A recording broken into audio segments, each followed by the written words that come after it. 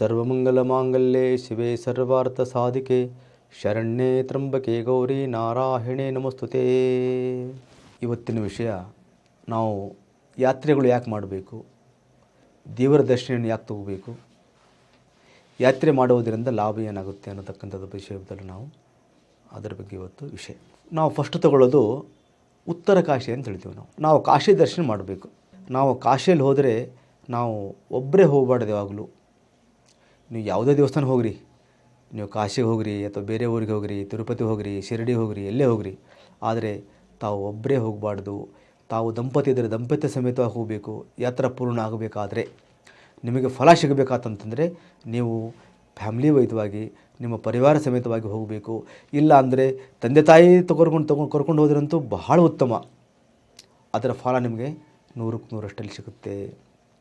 ಯಾಕಂದರೆ ನಿಮಗೆ ಅಲ್ಲಿ ನಿಮಗೆ ಹೊತ್ತು ತಿಳ್ಕೊಂಡ್ರೆ ಏನೇನೋ ಮಾಡಿದ್ದ ಪಾಪಗಳು, ಏನೋ ದೋಷಗಳಿದ್ದರೂ ಕೂಡ ಏನಂತಪ್ಪ ಅಂದುಕೊಂಡ್ರೆ ನಮಗೆ 1 ವರ್ಷದಲ್ಲಿ ಒಮ್ಮೆ ಆದರೂ ನೀವೇನಂತಲ್ಲ ತೀರ್ಥಯಾತ್ರೆ ಮಾಡುವುದರಿಂದ ನೀವು ಕಾಶಿ ಯಾತ್ರೆ ಮಾಡುವುದು ಬಹಳ ಒಳ್ಳೆಯದು. ಒಂದು ಸಲ ನೀವು ಮಾಡಿ ಬಂದರೆ ಮುಗಿದೋಯ್ತು. ಅಲ್ಲಿ ನಿಮಗೇನಂತಲ್ಲ ದೊಡ್ಡ ಸಮಸ್ಯೆ ನಿಮಗೆ ದೂರದಾಗ್ತದೆ. ಇನ್ನೊಂದು ತ್ರಂಬಕೇಶ್ವರ ಅಂತ, ನಾಶಿಕ್ ತ್ರಂಬಕೇಶ್ವರ, ಅದು ಜ್ಯೋತಿರ್ಲಿಂಗ. ಅದು ಒಂದು 12 ಜ್ಯೋತಿರ್ಲಿಂಗ ಒಂದು ಜ್ಯೋತಿರ್ಲಿಂಗ. ಅದು ಅಲ್ಲಿ ಏನು ಮಾಡಬೇಕಂತ ತಿಳ್ಕೊಂಡ್ರೆ, ಅಲ್ಲೇ ತ್ರಿಪಿಂಡಿ ಶ್ರಾದ್ದ ಮಾಡ್ತಾರೆ. ಅಲ್ಲಿ ವಾರ್ಷಿಕ ಶ್ರಾದ್ದ ಅಂತ ಬೇರೆ, ತ್ರಿಪಿಂಡಿ ಶ್ರಾದ್ದ ಅಂತ ಬೇರೆ. ಪ್ರತಿ 1 ವರ್ಷದಲ್ಲಿ ಬರ್ತದೆ. ಅದೊಂದು ಪಿತೃಪಕ್ಷ ಅಂತ ಬರ್ತದೆ. ಆ ಪಿತೃಪಕ್ಷದಲ್ಲಿ ಅಲ್ಲಿ ಶ್ರಾದ್ದ ಮಾಡ್ತಾರೆ ಪ್ರತಿ 1 ವರ್ಷದ ಬಗ್ಗೆ. ಯಾರ್ಯಾರು ಯಾವ ತಿಥಿಯಲ್ಲಿ ಹೋಗಿರ್ತಾರೋ ಆ ತಿಥಿಗೆ ಏನಂತೆಲ್ಲ ಶ್ರಾದ್ದ ಮಾಡ್ತಾರೆ ಅಲ್ಲಿ. ಆದರೆ ಈ ಒಂದು ಪಿಂಡ ಪ್ರದಾನ ಮಾಡೋದರಲ್ಲಿ ಅಲ್ಲಿ ನಾಸಿಕ್ ಫೇಮಸ್. ಅದು ಉತ್ತರ ಭಾಗದಲ್ಲಿ. ಈ ದಕ್ಷಿಣ ಭಾಗದಲ್ಲಿ ನಾವು ವಿಚಾರ ಮಾಡ್ಬೇಕಂತ ತಿಳ್ಕೊಂಡ್ರೆ ಇದು ಇಲ್ಲೇ ಕಾಳಾಸ್ತಿ ಅಂತ ಬರ್ತದೆ, ಅಲ್ಲಿ ಮಾಡ್ತಾರೆ. ಆದರೆ ಅಲ್ಲಿ ಮಾಡೋದರಿಂದ ನಾವು ಏನೋ ಜಪ ತಪ ಹೋಮ ಹವನ ಮತ್ತು ಮುಂದೆ ಏನಾದರೂ ಏನದಪ್ಪ ಅಂದುಕೊಂಡು ನಮಗೆ ಏನತ್ತಲ್ಲ ಒಂದು ಮಾಡತಕ್ಕಂಥ ಪ್ರಸಂಗ ಇದ್ದರೆ, ಈ ಗ್ರಹಗಳ ಶಾಂತಿ ಮಾಡೋದಾಯಿತು, ಗ್ರಹ ಶಾಂತಿ ಮಾಡೋದಾಯಿತು, ನಕ್ಷತ್ರ ಶಾಂತಿ ಮಾಡೋದಾಯಿತು, ಮತ್ತು ಅವನಲ್ಲಿ ಏನೋ ದೋಷ ಇದ್ರೂ ಕೂಡ ನೀವು ನಾಶಿಕ ತ್ರಂಬಕೇಶ್ವರದಲ್ಲಿ ಮಾಡೋದು ಬಹಳ ಒಳ್ಳೆಯದು. ಅಥವಾ ಅಲ್ಲಿ ಮಾಡಬೇಕೊಂದು, ಅಥವಾ ಇಲ್ಲ ಕಾಳಾಸ್ತಿಯಲ್ಲಿ ಮಾಡಬೇಕು. 1ನೇದ್ದು. 2ನೇದ್ದು. 3ನೇದ್ದು ಏನಂತ ತಿಳ್ಕೊಂಡ್ರೆ ಶನಿ ಶಿಂಗಣಾಪುರ ಅಂತ ಬರುತ್ತೆ.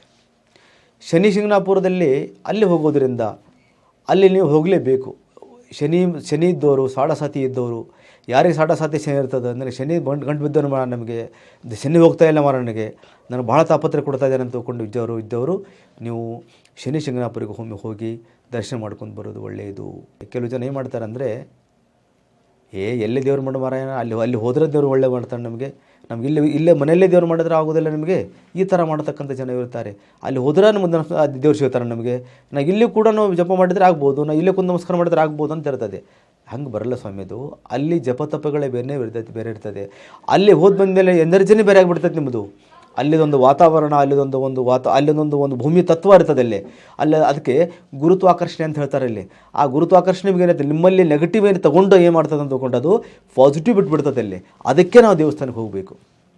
ಎದಕ್ಕೆ ಹೋಗ್ಬೇಕು ದೇವಸ್ಥಾನ ಅಂದರೆ, ನಿಮ್ಮಲ್ಲಿರ್ತಕ್ಕಂಥ ಏನೋ ಒಂದು ನೆಗೆಟಿವ್ ಎನರ್ಜಿ ಇರ್ತದಲ್ಲ, ಅದು ತೊಗೊಂಡ್ಬಿಡ್ತದೆ ಎಲ್ಲ. ಅದು ತೊಗೊಂಡು ನಿಮ್ಮನ್ನು ಫ್ರೇನ್ವಾಗಿ ಏನಂತ ತೊಗೊಂಡು ಬ್ರೈನ್ ವಾಶ್ ಮಾಡಿಬಿಡ್ತದೆ. ಅದು ನಿಮ್ಮನ್ನು ಸ್ಕ್ಯಾನ್ ಮಾಡಿಬಿಡ್ತದೆ. ಅದು ಸ್ಕ್ಯಾನ್ ಮಾಡಿ ನಿಮ್ಮಲ್ಲಿ ಏನಿರ್ತಕ್ಕಂಥ ಏನು ಸಮಸ್ಯೆಗಳದಾವೆಲ್ಲ ತೊಗೊಂಡು ಅದು ಅಲ್ಲಿ ನಿಮಗೆ ಪಾಸಿಟಿವ್ ಇರತಕ್ಕಂಥ ವಿಷಯಗಳು ಬೀಳ್ತಾವೆ. ಅದಕ್ಕೆ ದೇವರ ಹತ್ರ ಹೋಗಬೇಕಾಗ್ತದೆ. ನಾವು ಅಪರ ತಿಳ್ಕೊಳಕ್ಕೆ ಹೋಗಬೇಡಿ. ದೇವ್ರ ದರ್ಶನ ಮಾಡಿಕೊಡ್ರಿ, ದೇವ್ರು ಒಳ್ಳೇದು ಮಾಡಲಿ. ಪ್ರತಿ ವರ್ಷಕ್ಕೊಮ್ಮೆ ದೇವರ ದರ್ಶನ ಮಾಡಿರಿ, ಹಿರಿಯರ ದರ್ಶನ ಮಾಡಿರಿ, ಒಳ್ಳೆಯದಾಗಲಿ ಅಂತ ತಿಳ್ಕೊಂಡು ಇಲ್ಲಿಗೆ ಸಮಾಪ್ತಿ ಮಾಡ್ತೇನೆ. ಗುರುಭ್ಯೋ ನಮಃ. ಸರ್ವೇ ಜನ ಸುಖಿನೋ ಭವಂತು.